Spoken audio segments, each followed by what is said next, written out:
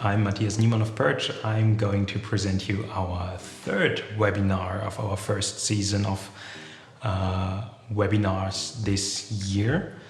And today's episode is on low resolution matching in solid organ transplantation and how you can use the PIRCHE SOT single patient matching module to match your, for example, kidney transplant donors with your patient. And we get asked this quite often, well, epitope matching and low resolution, this does not work together, does it? I guess maybe before we jump onto my screen, like in the last two episodes, I'm going to explain a bit more in detail how we are actually facilitating epitope matching for low resolution HLA typings. So maybe we just jump onto my table. So let's have a quick example over here. Suppose we have a low resolution typing ABDR of A01, A26, B08, B57, DRB104, and DRB108. Based upon this low resolution typing, we at first extract low resolution haplotypes. And in this case, as we only have an ABDR typing and no homozygosities here, we can assume those 4 different haplotype pairs. Based on these 4 haplotype pairs, we now search for high resolution haplotypes in the NMDP haplotype frequency database. And let's check for our first haplotype here. We find 1, 2, 3, 4 different high-resolution haplotypes with their according frequency. But now let's check the second haplotype. We found none. So let's drop all of these because apparently this doesn't lead to anything. So let's check for our second pair. We now look up again in our frequency table and we find 1 high-resolution haplotype for the first and 1 for the second haplotype. Perfect. So now let's keep these 2 in mind and check for the other 2 up here. So let's check the first haplotype. Again, we find quite a few combinations that comply with that, but let's check the second low resolution haplotype. We find none. So let's drop all of these and check for the final pair. So again, we find 1 high resolution haplotype for the first and 1 for the second. So let's for a second forget about our low resolution versions and only concentrate on these 2 high-res pairs. We now calculate the frequency by multiplying the probabilities. And there we have quite low numbers. So we see on the right-hand side a frequency of 2.95 times 10 raised to the power of -8, and on the left-hand side 0.78 times 10 raised to the power of -8 as well. And let's now skip the 10 minus 8 part and just normalize these 2 frequencies. What you get is 21% probability for the left high-resolution typing and 79% for the right. So this means you have 2 options that explain the given low resolution typing. Let's check what's happening now. So this was now our patient typing. We now want to check out what our donor typing actually looks like. And now let's consider this typing over here with a probability of 0.6 and another type, donor typing, with a probability of 0.4. What we now do is we purge this typing with that donor typing and multiply it with 0.13. Then we match this typing with that donor typing and give it a probability of 0.08. And then we do the same for this patient typing, matching with this donor typing, multiplying it by 0.47 because we just multiply the frequencies here, and then we multiply the match result of this patient typing with that donor typing and multiply the result with 0.32 because it's just the probability of 0.79 times the probability of 0.40. And finally, we get a condensed PIRCHE score based on 4 matchings, just because we had 2 low resolution typings. I guess that's pretty much the basic idea behind that. So now it makes sense to jump into my screen. Let's go to our PIRCHE website and log in using our credentials. So after logging in, you come here to our blog landing page, so you find all the latest blog entries. But now we want to look into the SOT single patient matching module, and that's here on the left hand side after you press here the SOT button. So basically you find 2 panels here. On the top you find the patient panel and below you find the donor input panel. And what you can do here is to enter all the typing data of your patient and donors. And there are several options how to enter the data. The first one I want to mention is the manual data entries. So as you can see here, all these fields are basically input fields, and you can just enter your data here by hand. So you get some features here like auto-completion, or if you have a multi-allele code, you can also enter that here and get a drop down with potential options of that specific multi-allele code data. And as you can already see here, I entered a molecular low resolution A02 here, and this was accepted apparently by the input mask. And furthermore, in case you do not have a molecular low resolution typing but a serologic typing, you can also enter that by switching here that toggle button to serologic, and then you can see that the A02 is invalid again because the input field then requires you to enter the correct serologic nomenclature. Entering the data here by hand is of course rather tedious. It takes quite some time and is error prone because you sometimes even overlook errors, and then you just calculate incorrect scores. Another option I want to show you is using the input wizard, which you can find over here. The input wizard basically allows you to copy typing data from some source system, for example as a CSV or GL string format, and afterwards you can paste the data in that input field, and you can immediately see that this data was now extracted correctly by this check mark here, and you can have a look whether all the typing data in here makes sense. And also what you can adjust in this input field here is actually the population that is used to extrapolate your input typing. So we have here the 2007 NMDP haplotype frequency data sets of different populations. Let's select here the European again. And this is basically the haplotype frequency data set that is used for the extrapolation like you saw beforehand. So now we would have to do exactly the same for our donors here. You can either manually enter the data, and for example by pressing the plus button here you can add another donor input field, and therefore you can have as many donors as you want. You can remove those donors here by pressing the minus button.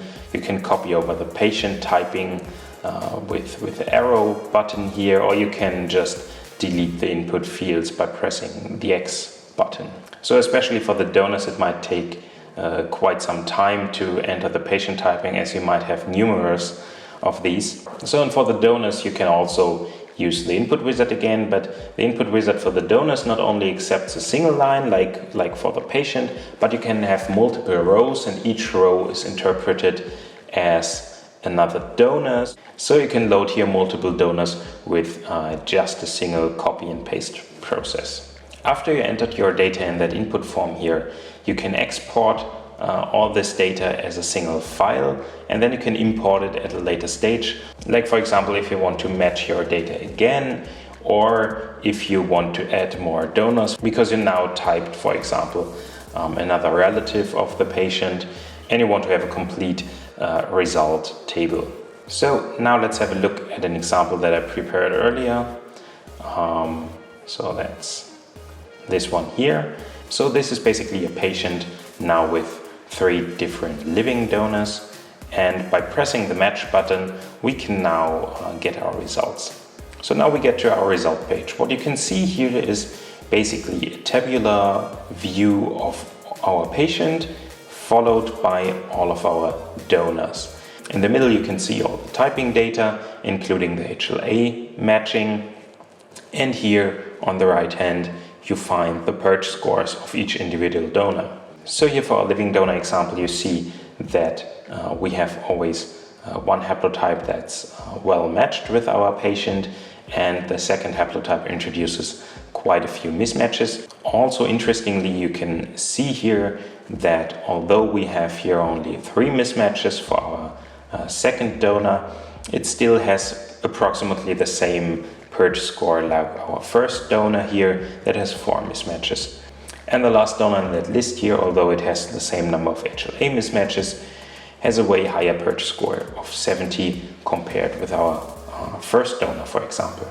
So in that result page you can now do a couple of additional things, like for example if you want to now exclude all the donors with mismatches on a particular locus, you can click on that header here and it will filter out all the donors with mismatches on that locus. Also the page here allows to download your result data as a CSV file. For example, if you want to check out the data in Excel or any other statistics software, and furthermore you can download your results as a PDF file.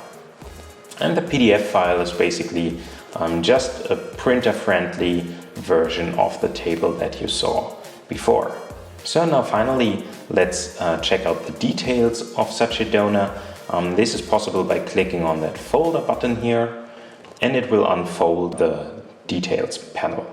On the top of the panel you find here the presentation heat map, like I showed you last time in the high resolution SOT webinar session. This is also possible here with low resolution data, but you only get the results here on a per locus basis and not a per allele basis. Green is always our self-peptides, so the scale here goes basically then from blue to pink, so these purple ones here are somewhere in the middle, and this is then kept here in pink. So as you can see here, we have quite a number of PIRCHE that's derived from our A mismatch, and that's then presented on our DR. We also see we have a couple of B and a couple of DR derived peptides, and apparently, but also obviously because our HLA-C is matched, we see this here in green. So if you want to dive a bit more into the presentation heat map, please check out the previous video on the high resolution SOT module. There we explain step by step what every field means. Down below you find the presentation details in a tabular view. So we can now see here in gray all the duplicate peptides, which are basically a copy of the same core peptide, because we now look for linear peptides on our amino acid string, and therefore you can have plenty of neighboring peptides that are all presented by the same HLA molecule. So let's deactivate them for a moment because they aren't counted for the PIRCHE score. So now it gets a bit more tidied up, and you can see here the presenting molecule at the beginning of the row, followed by our presented allele. This is now here, for example, the mismatched A3101, and here you can find the peptide with its core peptide, and finally the IC50 score here. Also what you can see in that table here is the imputation ratio, and that basically comes from the imputation I showed you earlier. We see here 66% of an imputation percentage. This means that our B1801 is with a 66% probability the explanation for our B18 in the donor, but we also see down here the B1804 has a 34% chance of being the correct allele of the donor. So these 7 peptides here that are derived of the B1804 go now into our PIRCHE score with 34%, and the 5 peptides here of the B1801 go into our overall PIRCHE score with 66%. And the multiplied result is already here given below that allele. So, and by summing up all these allele scores, you now get the individual presenting molecules' impact on the overall PIRCHE score. So you see here the DRB 1501 will present something like 29 to 30 peptides, depending on what actual high resolution value you would actually have. As usual, I want to take some time to mention some caveats. Like I explained earlier in the stem cell transplant webinar, it is not always possible to find a perfectly well-matched donor for your patient. The issue here is that our patient actually has a prevalence of getting a good or bad score depending on his genetic variation. So for example, if you have very rare haplotypes, it is of course harder to find a matched donor. Of course, the question we always get is about thresholds, what thresholds to apply and what is good and what is bad. It's more like an optimization problem, and you have to consider the prevalence of the patient. And this is actually facilitated by our PIRCHE risk profile, where you match virtual donors against your patient, and then you can find out the baseline in terms of epitope matching for your patient. And this allows you to define thresholds individually for each patient and not having these predefined ranges that we used in those papers to just get all things sorted out quickly and easily. Our extrapolation for low resolution to high resolution actually allows you to provide ABDR typings, and C and DQ will be extrapolated.